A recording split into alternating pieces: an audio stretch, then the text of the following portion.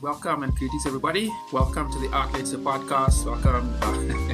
It's Wesley Pepper here. Welcome to episode 195. And closing in on the 200th episode. So that's real nice. As you know, in this gig, numbers matter. But today we're not talking numbers, we're talking theatre. Actually, quite an interesting play, which will be interesting to talk about. And I'm talking to the director, Tracey Human, who's with us on the other side over here. So, Tracey, firstly, thank you for taking the time out. Good morning, welcome, and how are you? Good morning, Wesley. Thank you for that lovely introduction. I'm good, thank you. And it's lovely to be talking to you about theatre. Yeah, man. Thanks, man. It's always good to start the morning off talking about theatre. I think it's always the best, the best start to a morning. Let's actually start off at the beginning, man. Oakfield College is renowned for their creative courses. Is that the right word? Courses or degrees or yeah. Yes, correct. Just give us a little overview of Oakfield College before we get into the play.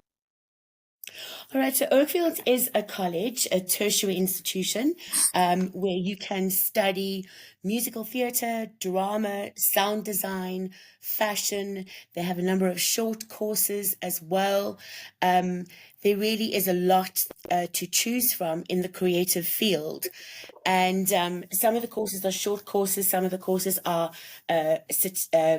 certificate only, and the musical theatre course is a diploma course. It is a really wonderful place to study. Interesting. So, the production we're talking about today is a student-based production and also an award-winning student-based production called Godspell. Interesting thing. So there's a few things I wanna unpack about that, but I think we'll do it, bit by bit. Just since you're the director, just give us an overview of the play. What's it about? Yeah, and then we'll All unpack right, so that. Godspell it's a musical based on the teachings or based on the Gospel of Matthew. And it's told through a series of parables. And it's a really, really simple story with beautiful music. And through the parables, we learn the way that Jesus wants us to live. It ends with his crucifixion, and I have included a resurrection in it. So it has the most beautiful music. There are 16 musical items with wonderful dance. And it is performed by the first to third year musical theatre students at Oakfield College. And then we have two wonderful guests who are playing the lead roles of Jesus and Judas. I have Yatu Kraft playing the role of Jesus, and I have Grant Towers playing the role of Judas. So it's a very exciting combination of people. Yeah, interesting thing. So, is it a religious-based production? So that is an interesting question because obviously religion comes into it because it is based on the teachings of Jesus. Yeah. However, I think that the message runs far deeper than that. It's not preachy. It's not there to try and convert anybody. It literally takes a very beautiful angle into Jesus's teachings to say all that is really important is to love your neighbor, to forgive your brother. So it's about community. It's about forgiveness. It's about mercy. And I think most importantly, it's about love. Yeah, that's kind of like the universal language. Yes, So absolutely. yeah, when you say that it's not necessarily, it's about the Bible, it's about characters in the Bible, but it's not necessarily preachy. Does that mean people from other denominations can come through and appreciate it without feeling, I don't know, Mm, preach that or look, or but you understand what I'm yes. asking? Wesley, that is such a wonderful question, actually, because this production was performed last year at the Lexcia Theatre, and I hadn't thought about it really beforehand, but during the performances, there were many people from other denominations who actually came and spoke to me. And so this opened my eyes to the fact that what you mentioned earlier, it is a universal language of love. And it's just told through the parables in St. Matthew. But the overall message is about love and community, and people of all denominations were responding to that really beautifully and actually hooking into that concept of the musical. Mm. Interesting. Tell us about, because since it's based off, parables in the Bible, does it have that sort of visual aesthetic? So those, those gardens with the sandals and stuff, or is it more contemporary for a take on stories in the Bible? Right. So the whole idea with the costumes is that it is non-specific. So these are people that Okay. could be placed anywhere. So not time or period specific. A group of misfits. Originally, the costume designer did design costumes that were influenced by the 1960s, 1970s kind of hippie look. Mm, mm, mm, mm, mm, mm, Freedom for all, love for all. So there is Yeah. that element to the visual. But what's beautiful about it is it gives the idea of this community of misfits that Jesus is prepared to come and talk to, which is kind of biblical because Jesus did take in the poor and the sick and healed, and so it's kind of meant to give the idea that this is a group of people, possibly outcasts, Mm, and here comes this man who says, "Follow me," and they mm, all believe him. So there is a kind of clownish element to the costumes. There's a kind mm, of 1960s, 1970s hippie look. mm. So no, it hasn't gone traditionally biblical look with sandals, as you mentioned, and long garments. With the long hair and the beard. And the dialogue, of course. It actually reminds me of, I think it's that Andrew Lloyd Webber play, Jesus Christ Superstar, where it's sort of Yes, a different take on the, on a biblical, on a Bible story, on a yes, Bible story. Because from my understanding is that this play was done in the 70s, in the early 70s in South Africa, and the apartheid government wasn't too happy about it because of the mixed race cast and so forth. Can you just give us a little bit of a history, just a little bit about that? Because I think that's a pretty interesting point. yeah. Yes, Wesley, absolutely right. So Des and Dawn Lindbergh Mm, saw this production, um, I think overseas, and they thought that this would be the perfect musical to bring to South Africa, to kind of break the racial barriers that were in place as laws at the time. And they were given permission to do the musical. Then the composer said that he was not happy with that whole idea unless there were certain T's and C's put in place. And one of them had to ah, be, the cast had to be a racially mixed cast, be presented to a racially mixed audience. Now, in mm, 1973, we were in the height of apartheid, and neither of those two things existed. And mm, so what happened is Des and Dawn were absolutely relentless in their pursuit of getting this right. They went ahead with it. They used to rehearse in their garden mm, because no school or hall or venue, conference venue, was prepared to allow a mixed cast to rehearse in their space. So they went ahead and rehearsed in their garden and in part of their house, which is absolutely amazing. mm, That they were determined that this was going to go on.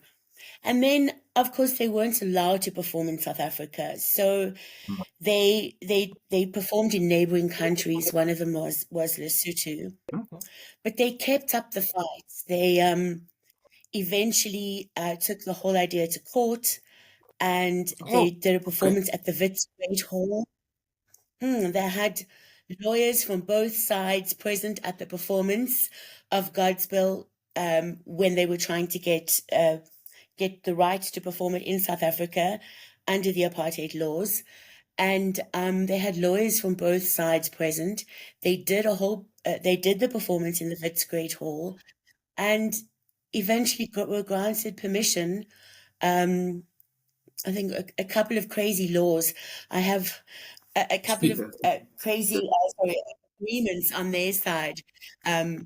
Something like alcohol couldn't be served. So they were allowed to perform it eventually, but alcohol couldn't be served at interval. And yeah, I'm not sure why. But yeah, they they are pretty remarkable, and I just wish everybody knew the story behind, the history behind Godspell, because for me, it is incredibly important.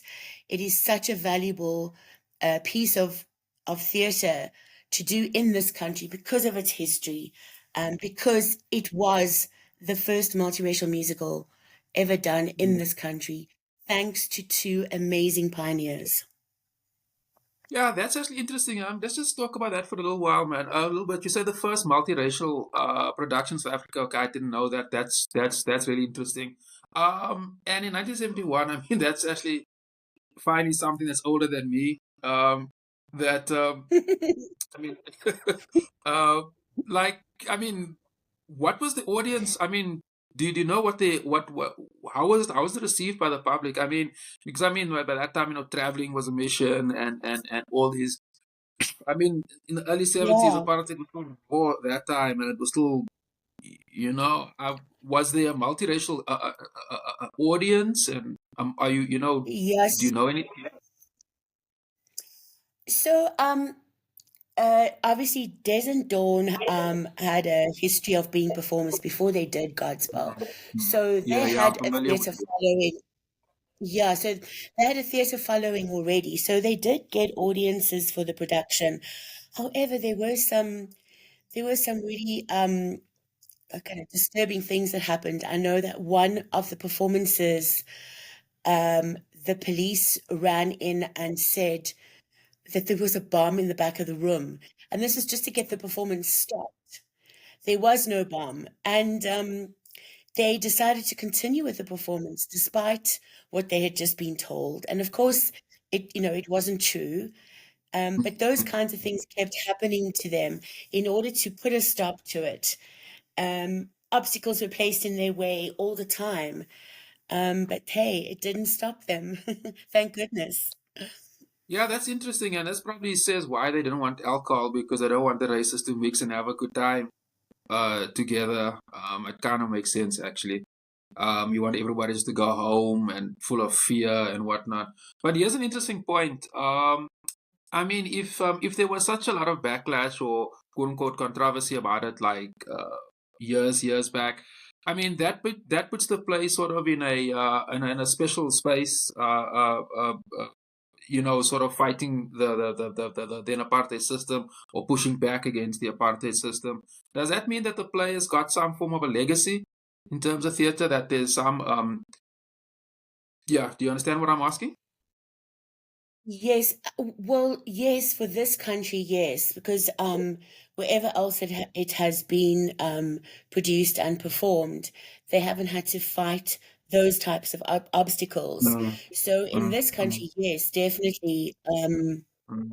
That's you know, interesting. the apartheid government, it still sort of carries a stigma that it's blasphemous. I have people still coming up to me now and saying, Yeah, I "Oh, was going like to you're ask doing about something." that. So that rumor that was started uh, by the apartheid government to try and get it Oh, cancelled, okay. stop it. So it's Mm. not blasphemous at all. But it was one way that they could attempt to get it stopped, because if you called it blasphemous, it would have to be pulled. And so, yeah, that wasn't true at all, unfortunately. Just one of the many obstacles that they tried to place in the way to get the production stopped. Yeah, I always find it interesting how they use religion both as a way to divide and to pull people together. Um, you know, Yes. um, I mean, it's ludicrous, honestly. And I mean, like 30 or 40 years later, the quote unquote blasphemy that they're using, is there? You know what? Nah, let's just leave it. I don't want to talk about religion, but like yeah. I mean, it just shows you how sometimes things age like milk. You think, my God, people actually thought this once upon a time, you know? Um, yeah, crazy a time of it. But here's a follow-up question about Absolutely the crazy. yes, a follow-up question on the Naledi Awards. Did you guys won it in 2024? Is that correct? Yes, the production was performed last year, August, and then the Naledi Awards are made at the end of that year and presented the following year. So we won it for the 2024 production. Um, Oh, Shout out to Oakfield congratulations. College. Thank you. That's here's a question. It's sort of related to something that I'm also quite interested in. In the arts, we're always at the mercy of the recognition factor.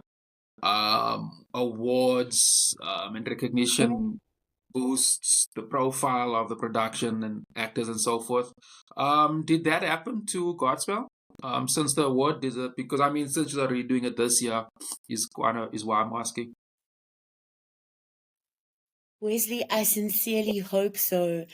So we go on again at the end of August, and I hope that I really do hope that the win has Mm, encouraged people to want to see it, or mm, to want to understand it premise. mm, Yeah, I really am hoping that the win did do something for that.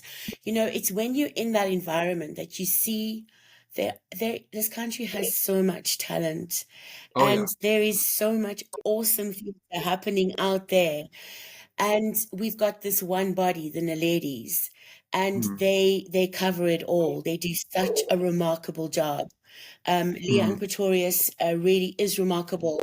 Every single thing is thought of. There isn't anything that goes missed, and it's thank goodness for the Naledi Awards that actors and anyone involved in the arts yeah. does just get that bit of recognition. Yeah. As I said, it's kind of important. And our entire arts industry is sort of based on that, and it works for writers and or visual artists like myself. But I'm sure you're familiar with that. So let's actually take it back to get to this year's production. It's a collaboration with Wits Theatre. So tell us about that. Which theatre at Wits, and tell us a little bit about the collaboration with Wits Theatre.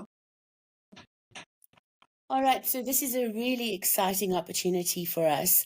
Malcolm Perky is getting the Wits Theatre Complex up and running and turning it into a vibrant space for all types of theatre. Yeah. And he approached us to perform it this year, which is a great honor. So Mm, we're collaborating with Malcolm and the Wits Theatre Complex. They are, providing this amazing space for us. And what is wonderful is that we're going to be right on campus mm. amongst all those students who I hope will come to see it. And it's been exciting so far. Can't wait to move onto stage. Yeah. No, we spoke to Malcolm Perky. I think it was last year, earlier this year, something like that. And Okay. yeah, they're really pushing, trying to expand and really add on to the Wits Theatre complex, Yeah. which is great, which is just really great. It's also a nice part of Joburg and so forth. Um, Tell us a little bit about the Why it's also cast. Oh, sorry. the cast. Continue. And I was going to say what's wonderful for us as well is that it feels like it's in a way come full circle, Mm, because the production was first done at the Wits Great Hall for all those attorneys and um, government officials who mm. got to make the decision whether or not this production could go on for Des and Dawn Lindbergh. And now we're at the Wits Theatre. So it kind of feels like we've come Yeah, full circle. yeah, I see what We you're are saying. where we're meant to be, yeah. So it's a bit sentimental. Yeah, I hear you. And I guess those things matter. Well, I think it does matter. It definitely adds to the history, as we were saying, because yeah, those things matter, man. And you should actually use it as part of the marketing. Mm, People enjoy something that was banned a few years ago, and now it's redone or reimagined. There's true. a lot of cool stuff there. But yeah, man, the cast. Tell us a little bit about the lead actors. Who are they? What roles they play, and so forth. And yeah, then we'll get into the music behind it. All right, so the cast is possibly 90% first year students, actually. Okay. And then we've got the wonderful Grant Towers, who's playing Judas. And we've got Yatu Kraft, the phenomenal Yatu Kraft, playing Jesus, the role of Jesus. And yes, and then the rest are Oakfield College students. And they are doing a remarkable job of looking utterly professional and sounding utterly professional, thanks to the musical direction by Dale Ray. And yeah, they're no characters because the characters play themselves. So it Okay. is a large ensemble work. Everybody is on Okay. stage the entire time. Nobody leaves Okay. stage. There aren't. Yeah. So the only two characters that exist are Jesus and Judas. The rest are ensemble members doing all the other roles. Oh. Okay. Okay. Interesting. Interesting. And the music? I believe it's a mishmash of funk, a lot of soul, all different types of music genres. Yeah, tell us a little bit about that. Is it all a cappella? Do you guys have, backing tracks or so forth? No, Wesley, you're going to love the music. There is something in it for everybody. Um, there's there's some hip hop, there's break dancing, we've jazzed up some of the numbers. There's a beautiful tap number that was done by Megan Rosenberg. There is contemporary dance, there's jazz and funk. There's literally something in it for everybody. Beautiful Yeah, yeah, ballads. saying jazz and funk sounds very old school. You don't actually hear that anymore these days. Everything's just amapiano. Oh. Yeah, that actually speaks to my generation. And yeah, so Oh, that's good. really Then cool. please And bring tap them. dancing. Yeah, tell us a little bit about that. How Yes. does that and break dancing? Those two don't normally go together. Yeah. Well, Wesley, if you want to see them go well together, you're going to have to get a ticket and come and watch. No, I don't think any musical is complete without a fabulous tap number. And there was only one opportunity actually in the musical, um, a beautiful duet with Jesus and Judas that lent itself to a tap number. And so Megan Rosenberg came and did that for us. She was actually a lecturer at the college. And so she was able to, to get the Mhm. students up to speed with their tap dance. And it honestly works so beautifully. Yeah, yeah. No, no, no. It's. That's it. Like, I guess it's also a testament to society today, where there's a real cultures, or I say subcultures, don't necessarily work in isolation anymore. I think we have social media to thank for that. Mm, There's always some form of meeting point. You see it across all media. To be fair, movies, visual art, mm, poetry. mm. So yeah, I think that's actually quite testament of this whole post-COVID world that we're living in. And you say there's also a lot of first years, so I'm sure there's a lot of young, vibrant, energetic performers. I mean, it'll probably be loud and full of energy, and that's usually quite not intoxicate. You get influenced a lot by that. Usually, leave the theater feeling awake, and Yes. so that's a so that's really cool. There's actually a point here I actually wrote down. I was supposed to mention early on, but like I mean, this thing has been around since, or the original thing since the 70s. So that's also quite interesting how you guys sort of put in modern like with hip hop and breakdancing.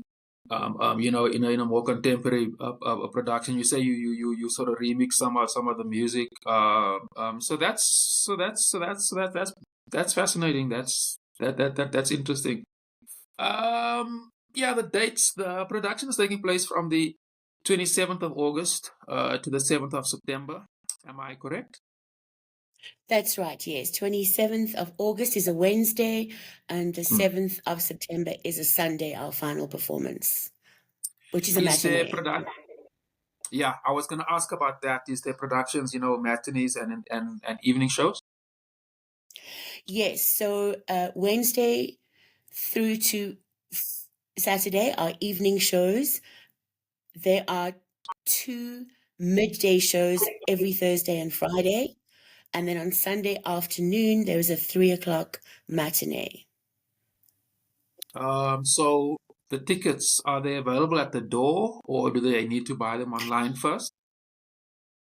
So I think it's possibly much easier to go directly to Webtickets, and you can get your tickets at Webtickets. Otherwise, if you do just arrive, that's absolutely fine as well, and you can get them at the door. And unlike the 1970s production, is there a chance for the audience to mix and mingle afterwards? And will there be alcohol served?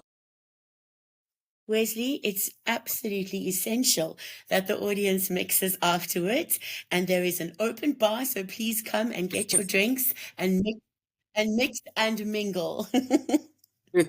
Yeah, no, that is very important for all arts actually. It's also a nice time for the audience to talk about production, probably meet this cast, so that Yes. so at least not operating in 1970s politics. Thank Um, goodness. and yeah, I mean, like I said, sounds very, very vibrant. Sound like there's a lot of energy. To my listeners, I will add all the details with regards to tickets and directions and so forth. I'll add that all in the description box below. I think that kind of covers everything. Yeah, I think that kind of covers everything. I guess the closing question is that is this the I mean, since you guys performed it last year, if the production goes well, by September, will you guys think again of redoing it, possibly in another venue like Cape Town, Durban, or anywhere else? Wow, if we got invited somewhere else to another venue in another city, we would love to do that. So yeah, Cape Town, we're available. Yeah, these guys from Cape Town listening. Please pay attention because on this platform, I profile and talk to artists every week in and week out, from different genres, visual arts in particular, because I'm from a visual art background, and I like to profile artists and celebrate them in particular. So this is definitely the platform for that. I do have audiences in those cities, so I'm sure one of them will be listening. And I That would hope you be all the best, man.